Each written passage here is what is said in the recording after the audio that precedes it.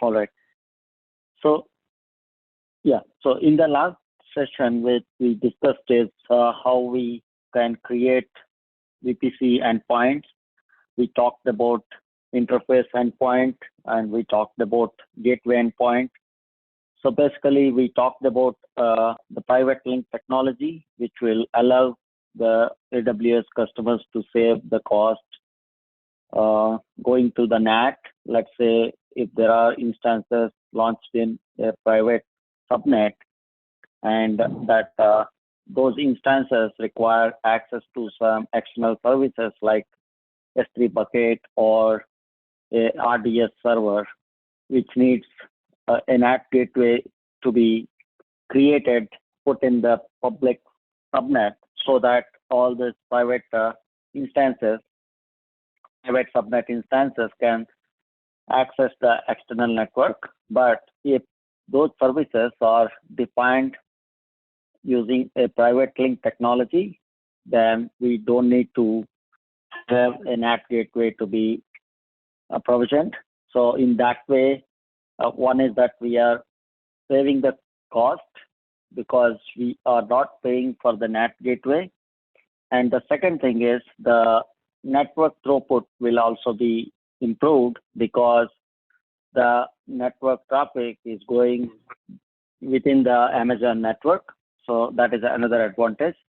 So we talked about that. And then we also talked about different various services that are available as an interface endpoint and as gateway endpoint.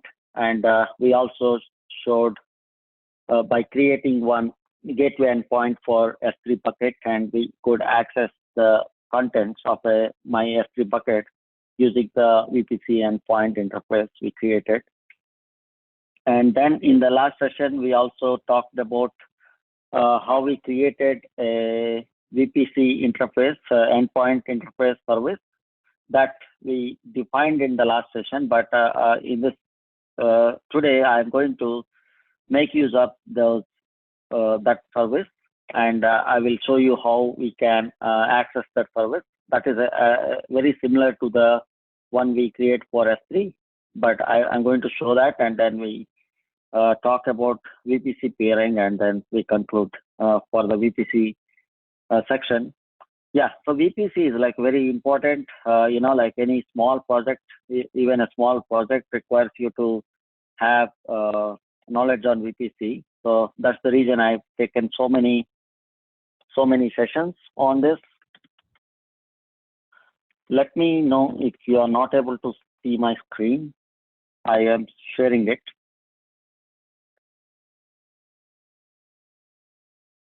Let me take my It's visible. It's visible. Thank you.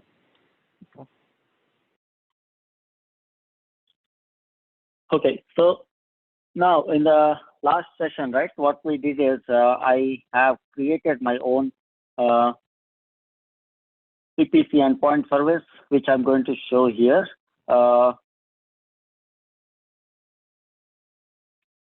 So here I have created one endpoint service. So this is how I created, and hope I have recorded that session also. I have not uploaded into Google Drive because I wanted to combine that with today's session. Then we will have an end-to-end video. But just to recap what we did, we have created a VPC endpoint service like this. For that, what initially I did is, let me show my VPC first. So I do have my VPC created here.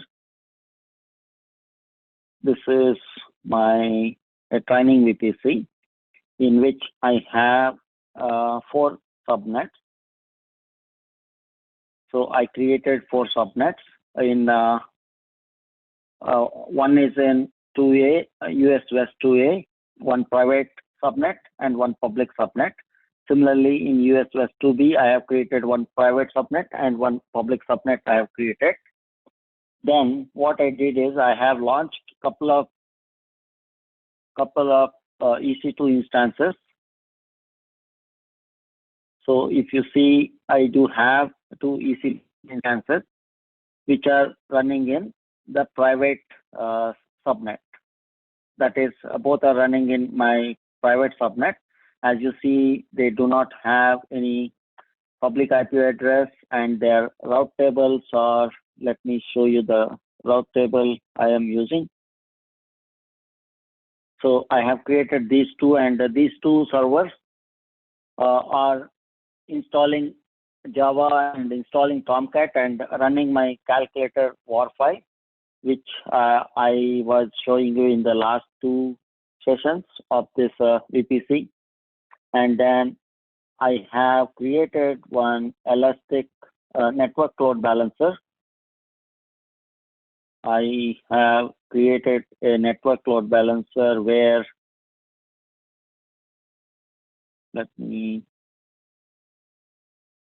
there is one network load balancer I have here, but somehow let me drag this so you can see it. Yeah, so this is my network load balancer, which is linked to a target group that is called training target group. I put here, that is here.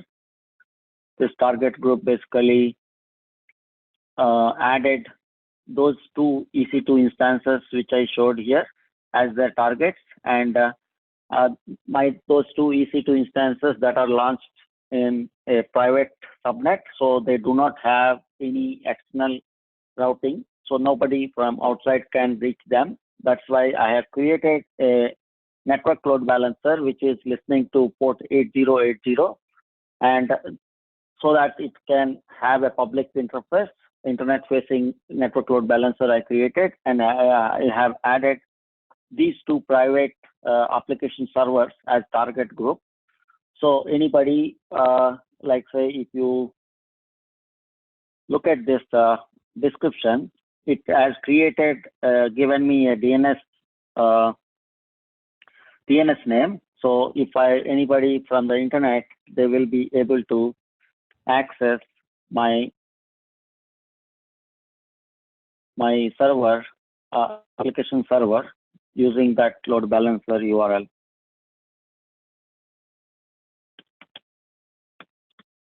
So let me add, and I say number one as say 2, and I give number 2 as say 2. I am getting, basically it is doing a addition and adding that. So I'm able to access my application using this public facing, internet facing network load balancer. So this is, till now, this is same as we do for other services also. So for creating the VPC endpoint service, basically what we have to do is, it requires a network load balancer to be mapped to it. That is what I did is when I created my VPC endpoint service here. That's what I hopefully I think I have covered that, but I'm just recapping it. So this guy here, if you look at this, I have linked my training network load balancer to this VPC, and it has a service name. So any other accounts can discover my VPC endpoint using this service name, provided I whitelisted their account or a VPC here. Like, let's say if anybody of you want to access my service, consume my service, so I'll have to add your ARN. So Amazon resource name, you have to provide that in a format which takes, let me show you the format. I hope you know that, but let me see if I can show you.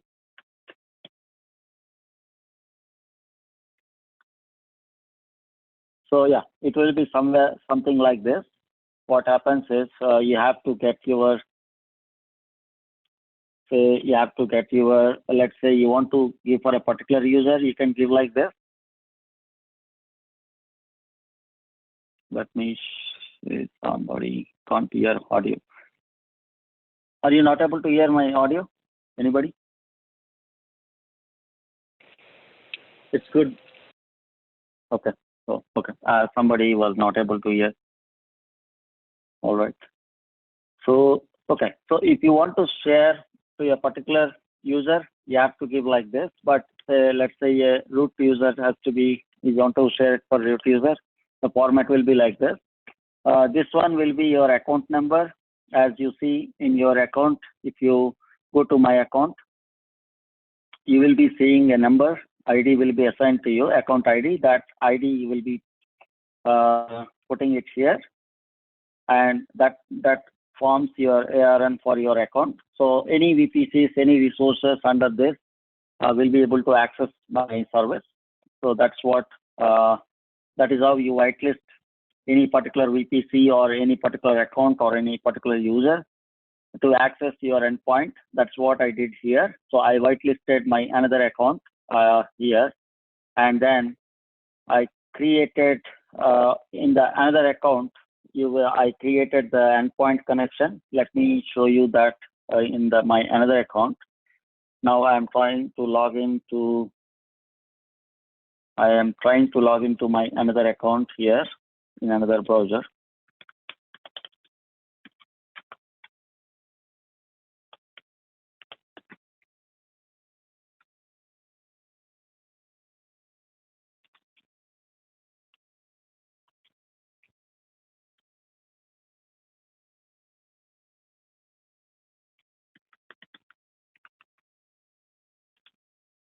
I think, Hari, you logged in through your mobile, I think audio.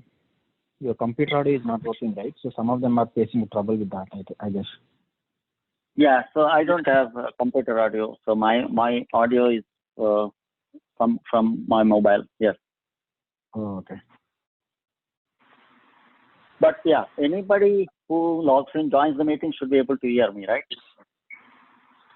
No, Hari, we are not able to hear you from the computer. I joined from my laptop, not able to hear, Oh, but okay. I joined the Yeah, mobile. Just for the voice, same I thing. joined through the mobile. Yeah, same thing. When I can see Okay. on your actual sorry, laptop, sorry. I can see you are muted. on Oh, the okay. actual Zoom video, I can see that your computer audio is muted. Yeah. Okay, so okay, I am also sorry. I am new to this. No, that's so- all right. That's okay. Okay, so I will find out next time how I can make it available for all of you. But yeah, I think I'll not take much time on that. But yeah, sorry for that. No worries. Sorry.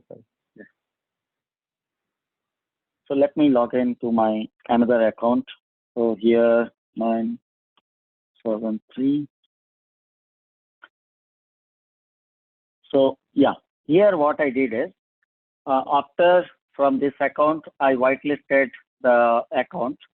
I came back here, and the way we create any VPC endpoint, here I created the VPC endpoint. Okay, so like I said, when you create a VPC endpoint, there are three ways you can create. One is like AWS itself provides a lot of endpoints for S3, RDS, and you can see CloudTrail, Cloud Build, Notebook. There are so many endpoint services are available by the AWS. The other way is that AWS partners also, they can provide those endpoint services using in the AWS marketplace. It's like how you in the Google Store or Apple Store like that. We have a AWS marketplace where individuals can publish their services. And the other way is to like individual accounts, like a private accounts, customers can also export. That's what the way I did. So basically, if I want to find my interface, endpoint interface, I will be selecting the middle one where find service by name. Then I searched my service using this particular service I copied here, and I can search like this. Then I found my service, and it says that the service is available in these two availability zone.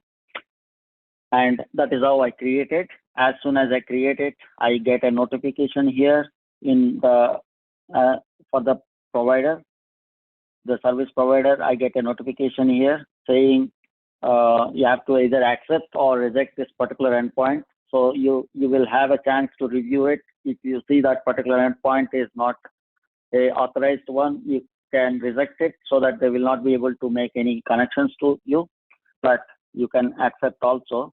So that is what I did, accept, and upon accept, it will take some more time to provision the required network interfaces and required routing in the AWS private link channel, so that the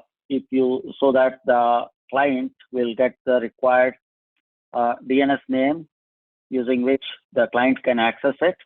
If you look at here, I got, these are the three different DNS names that were assigned to this particular interface, which means I can use this particular DNS name to access that particular web service or a calculator service. And if you notice, there are three DNS names they have given it.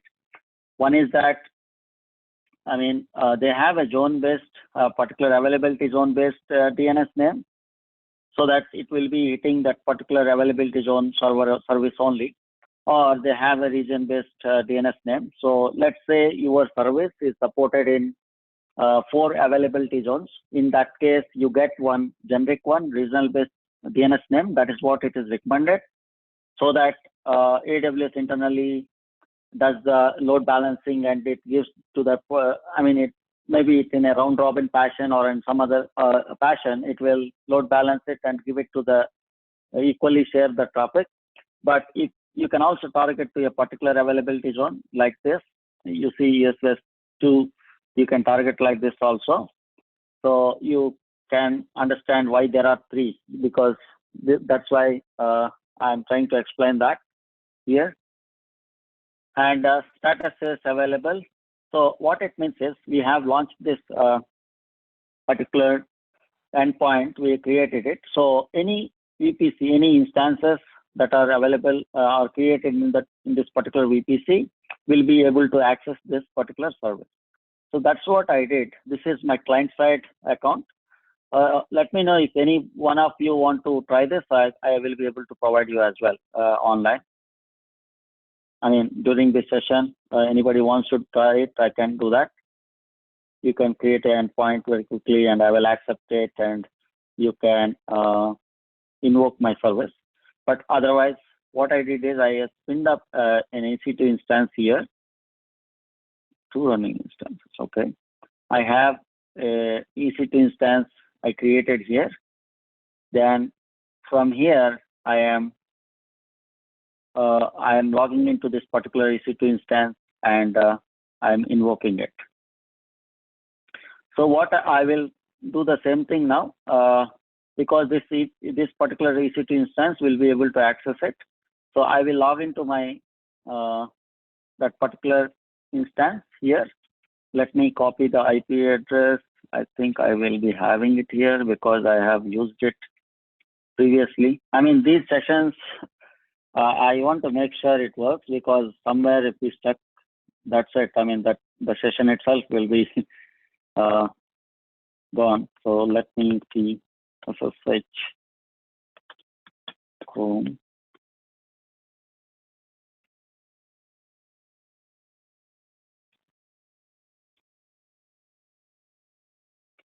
.92. Let me see my IP address.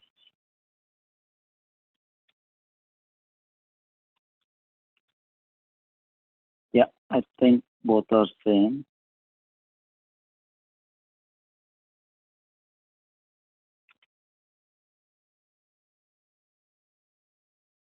Okay, so as you can see right now, I connected to my EC2 instance, which is in the client side.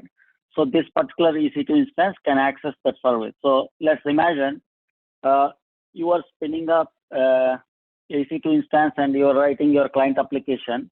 So your client application can refer this DNS name, which is available in that endpoint, and you can consume that particular service and you can do your own business process here, right? So, but here I'm not writing any application, but I'm just, what I'll do is I'll use the wget command to verify my service is accessible or not. Okay, so I go to my endpoint again.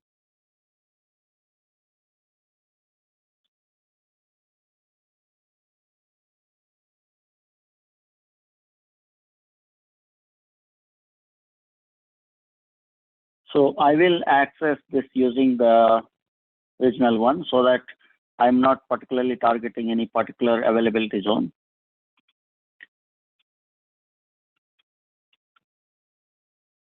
So let me copy this. Then I have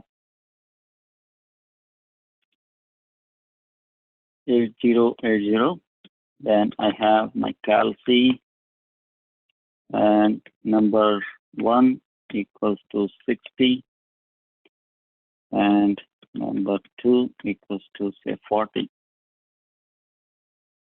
So as you see, I am able to access this particular VPC interface service. I mean, you can access this using a network load balancer DNS name also, but thing is, let's say the client watch from where we are invoking is a private instance where it is not having any internet connection, or it is not having any NAT gateway or internet gateway. So in that case, you will not be able to reach the public network load balancer, but using this private link, you will be able to. So that is one advantage. I mean, you may be asking, I already have a network load balancer and which has a public DNS name. I will be able to consume it. But as I told, there are two reasons why you would be using endpoint, VPC endpoint service and VPC endpoint, because you will be saving the cost on not spending money on the NAT gateways, and also the network traffic or the route will be internal, that is provided by the private link technology. So any questions, please, before?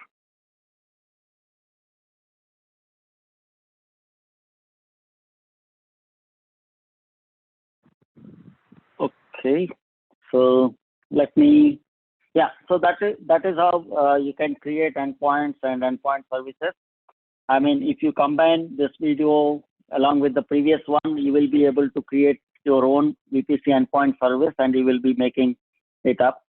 Okay, and similarly, you can create VPC endpoints that are provided by the AWS and also from the their partners. Then there is also another use case, the deployment requirement, where two private networks needs to be shared in between. Like say, there is a department called accounts and there is a department called HR, and where there are a lot of applications are there in individual subnet. But let's say those two networks needs to have a shared link between them. Then what we can do is there is a concept called VPC peering, where using which we can have these two VPCs connected. So this is also in the same way the pairing will be performed. You basically the routing, as I told, the routing is very important. I'm sorry. So that only tells how the interface or the network route will be accessed. Whenever say there is a EC2 instance from this VPC A wants to access a particular another instance which is in VPC B, that means there is a routing needs to be defined. So this particular, whenever you do this VPC connection, that routing will be added into the route table, and that's why these two instances will be able to access with each other. So this is also same way the acceptance, where once we will create the VPC instance, the notification comes to the owner of the other VPC owner, and then that owner will review the connection request and they will accept it. Then the respective route tables will be added here. So let me show you that configuration, how the configuration will be there. So yeah, so this is how the routing will be performed. So once you create the VPC connection on the VPC A, there will be one route will be added for this. As you see, there are two VPCs here. The CADR blocks are like this. On the VPC A, CADR block is 172 dot something, and VPC B 10.0.116. So when we create the VPC connection, what it does is the route table of the VPC A will be updated with an entry called 10.0.0.16. That means the CIDR block of the other VPC, and there will be a target will be created, and this is how it will be placed. Similarly, on the VPC-B, a new entry will be added with the VPC-A CIDR block, and the interface will be given like this, so that these two VPCs are linked now. Right, so that is how the VPC pairing works. I will not be doing it because I mean, it may take up a lot of time, but this is how the, I mean, important thing or the internal thing is this: whenever you create a pairing, it is nothing but AWS will add the routes for these two VPCs so that they will be able to communicate easily as if they both are in the same VPC. Okay, so that is one thing. And one more thing you need to understand is this is the VPC pairing is not transitive. What I mean by transitive is, let's say there is a VPC pairing between VPC A and VPC B, and there is a VPC pairing between VPC B and VPC C, which means VPC A and C cannot talk to each other. I mean, there needs to be an exclusive pairing has to be done between VPC A and VPC C. Let me show you if I find some that kind of paradigm. Yes, here. You see here there is a pairing between VPC B and VPC A, and similarly there is a pairing between VPC C and VPC A. It does not mean that B and C also can talk to each other. If VPC B and C has to talk to each other, then there needs to be another exclusive VPC pairing has to be defined. Then only these two will be able to talk to each other. So that is one thing. And there is another thing: when you want to have a VPC pairing between two VPCs, you have to make sure their CIDR blocks are not overlapping. Okay, what I mean by overlapping is, let's say in this case, you want to create a VPC pairing between VPC B and VPC C. We can create it because their CIDR blocks are different. But let's assume that in the VPC C here, it is also having the similar CIDR block. In that case, you will not be able to create the VPC pairing, because as you see in the route table, when you try to add a new route, let's see here. Let me open that. Let me open here. Let me go to any route table.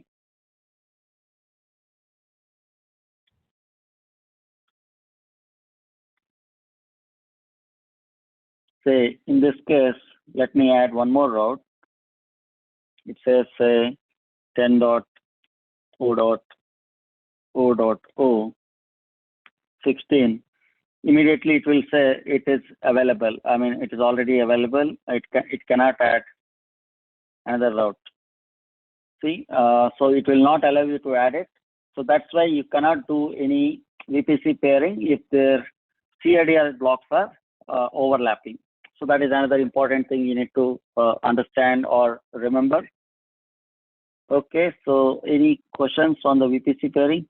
So as you see here, the route tables are like this. Like I said, very important thing is when you deal with VPC, understand in and out of route tables, understand in and out of ACL, access control list, and understand in and out of security groups.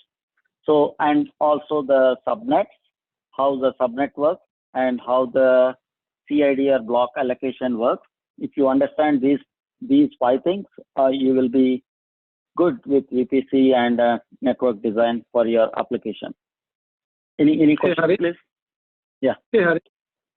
So when that VPC pairing is done, so from A to B, so exactly from B to A also should be present, or that can be one way as well, that A to B, or pairing has to be both ways?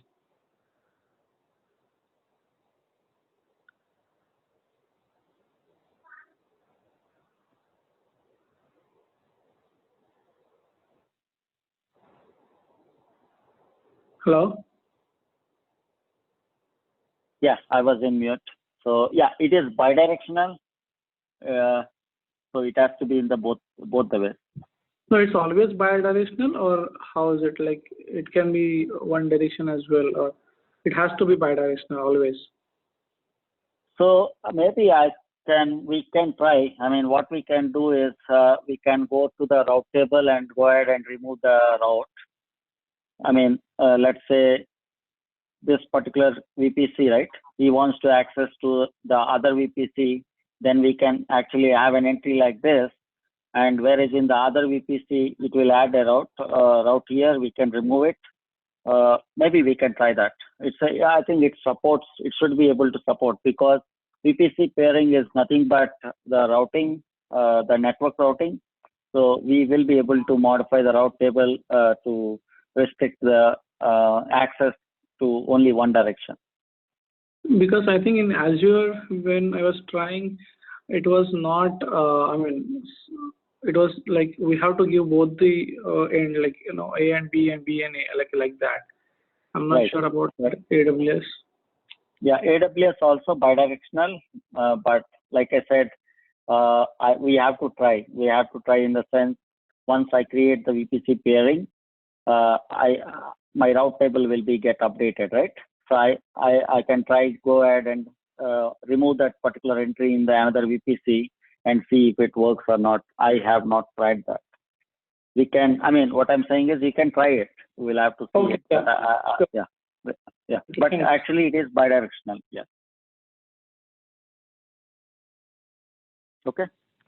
So how exactly charging works here? When VPC pairing is free, or how exactly, Hari?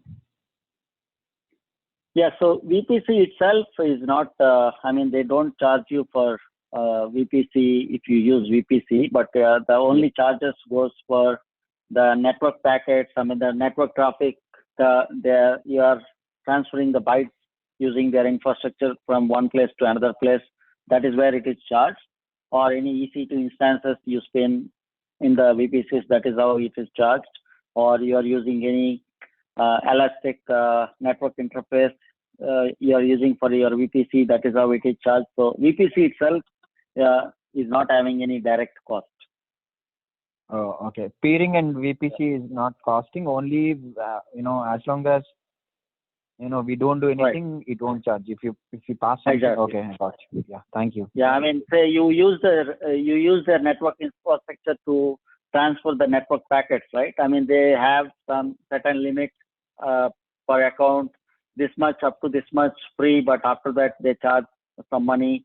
That is where you have to go through that. The network payload, the charge per byte, some cent, like that, they put the costing. So the more data you transfer between these VPCs using their infrastructure, you will be charged. Okay, gotcha. Okay, data transfer rates, and say EC2 instances you're using, and or you're using interfaces, network interfaces, public network interfaces, like that. So you will be charged. Oh, okay, gotcha. Thanks, Hari. Okay, so this is about VPC. I'm not saying we covered everything about the VPC, but if you look at all the sessions, the topics we talked about, that actually gives intermediate level of VPC understanding, and the rest of the things like one directional, like the question came up today.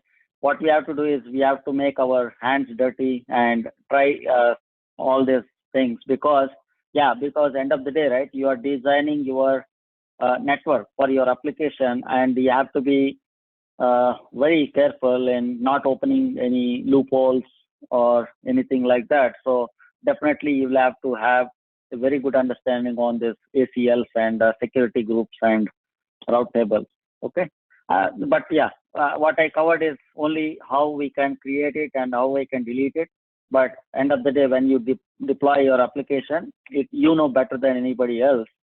You know which applications to be whitelisted, and you know which ports to be whitelisted, and all those stuff. So, but using this knowledge, you can apply that.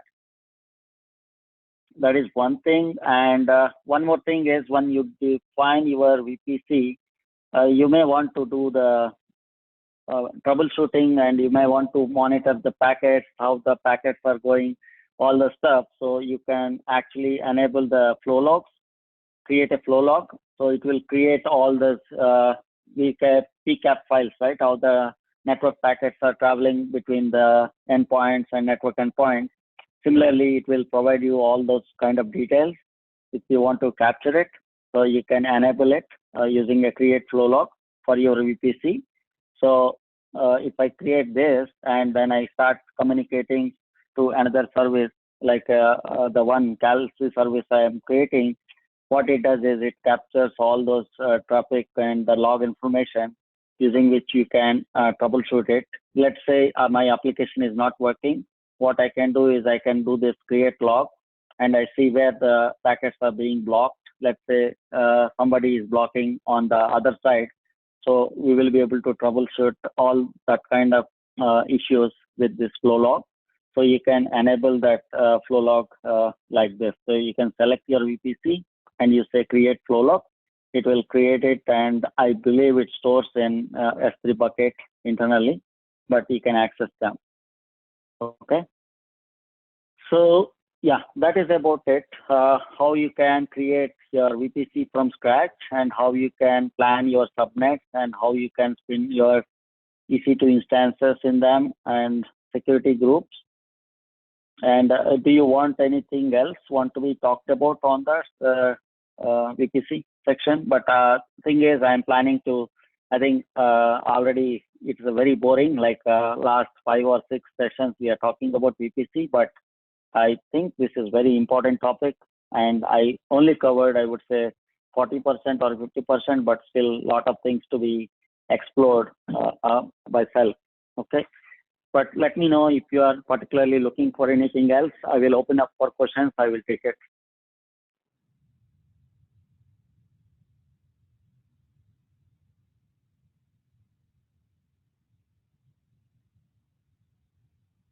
Yeah. Any questions?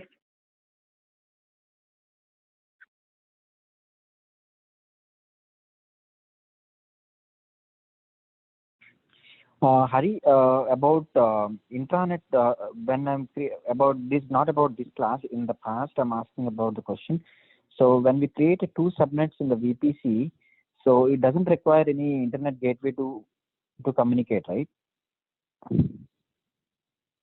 Yeah, among them, there is no need for internet gateway. But yeah, if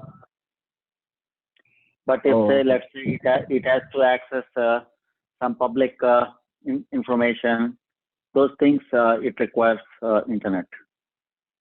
Oh, okay. So I've come across I've come across in my personal account 2 subnets and VPC. So when I'm with private subnets, but I see that I'm getting both public and private IP addresses. So what could be the wrong which I made? I could be wrong. No, yeah. Let me show you that. Let me show you. You are able to see my screen, right? Yeah. Thank you. Yeah. Okay. So whenever you create any subnet, okay, so there is a setting. Should I allocate IP address or not? So let me show you subnet settings. Let me spin up. Okay. 1 minute. So here, see this. You see there is a field called AutoSN public IP. You see this here? Oh, okay. So whenever you create your own account, what Amazon AWS does is it creates a particular default VPC for you. The last four rows which you see here, they are from default VPC and subnet. And the default VPC subnet, what the settings will be automatically assigned set to yes. So whenever you spin any A2 instance in this subnet, you will be assigned with a public IP address. Okay, but let's say whenever user creates his own subnet, the default setting is no, but he can go ahead and he can change that setting to yes. And also you can override that settings. Let me go to one more. You can also override that settings when you create your EC2 instances. I have covered this. I remember I covered this in the very first or second session of VPC. Yeah. Right. So, but yeah. So, but let me show you that. You can override that also. Here you see auto assign public IP setting is there, right? Yeah. It says use subnet setting enable, but if I say select my own VPC and I select that, it shows it is disabled. That's what it is saying. But you can override it. You can override it. It says enable it. So when this particular EC2 instance is coming comes up, it will assign a public IP address. So okay, yeah, got that is yeah. So you brought up a very good point. Basically, yeah, you also need to understand how all these IP addresses are being assigned, how public IP addresses are being assigned, how they will be reallocated, all those stuff also. Like Amazon will have a list of public IP address pool, and whenever any customer or any VPC requests for IP address, it picks one IP address from that pool and assigns to that. And but that is not a static public IP address. It is taken from the pool and given to you. And let's say your EC2 instance is rebooted, restarted. That time you may lose that IP address and you will get a new IP address, but you will get a public IP address. So that is why people request, say, let's say you are hosting a particular application and that requires a static IP address because you want to configure that IP address in your firewalls and corporate firewalls. That time you have to go with elastic IP address. Elastic IP address is nothing but a statically available public IP address, but that costs you money. And this public IP address will not cost you money. Okay. Thanks, Hari.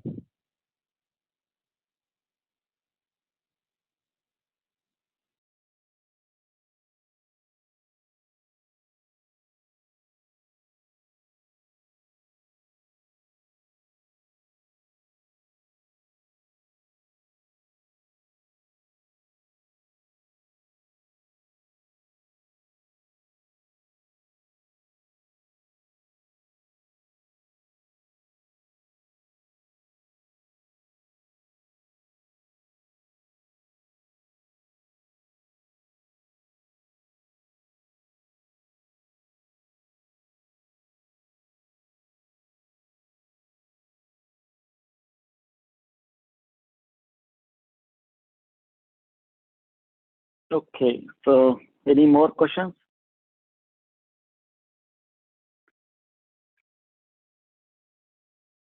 Yeah, probably we will be starting from the next week, either ECS and EKS, like a Docker and a containerization concept and Kubernetes. We can cover that, or I may also think about some auto scaling groups, the concept. I will see, actually, I will. But from this session, we will be ending the VPC. VPC mostly we are concluding it with this session. But let me know if there are any more questions. You can ask now, or you can also drop a message. Any more questions?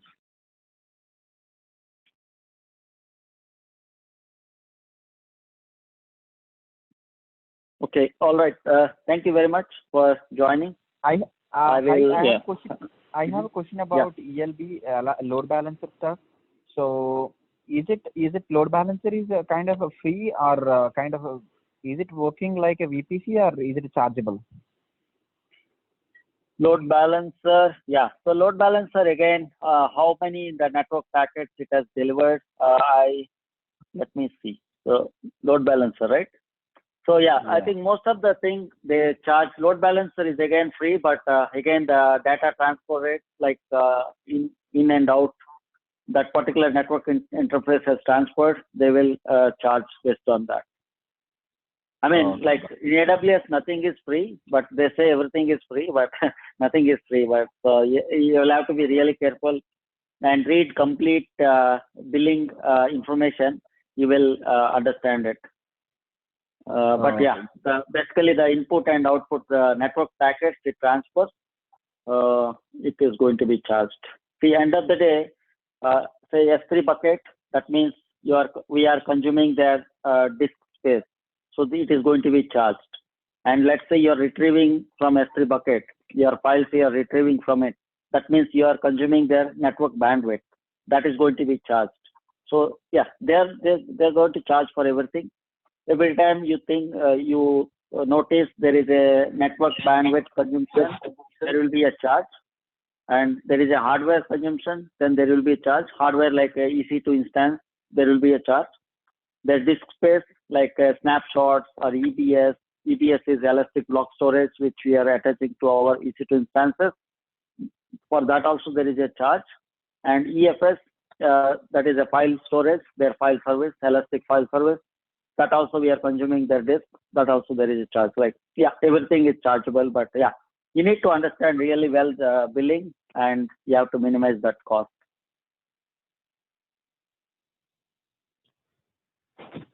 Thanks, Hari.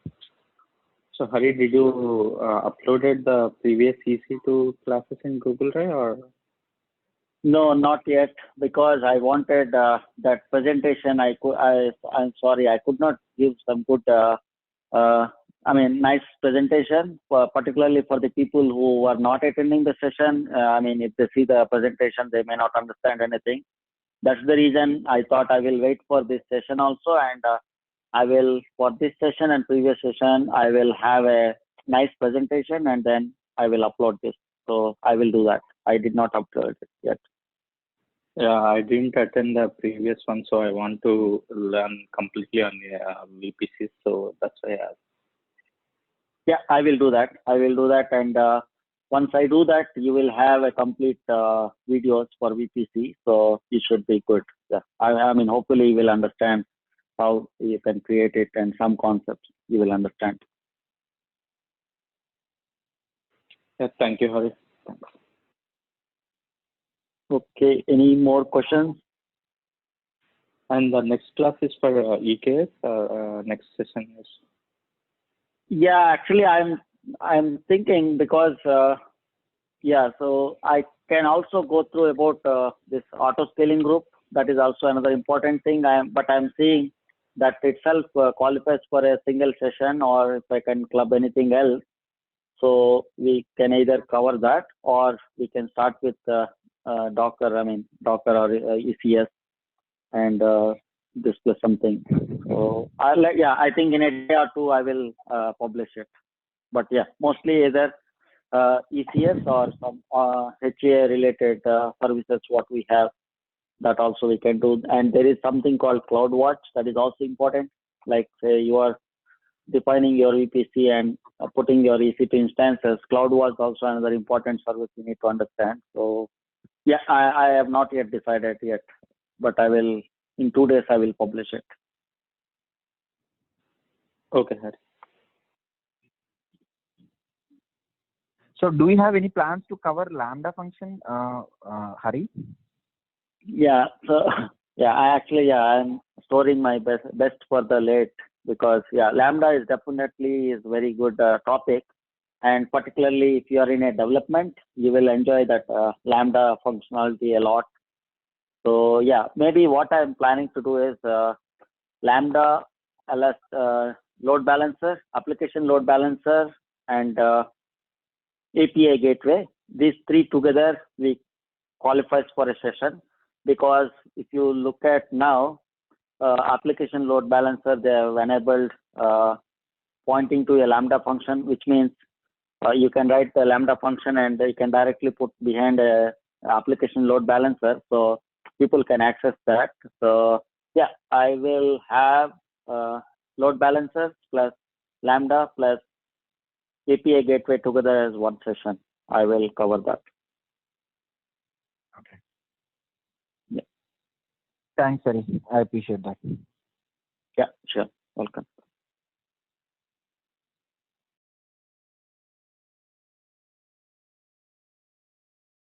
Any more questions today?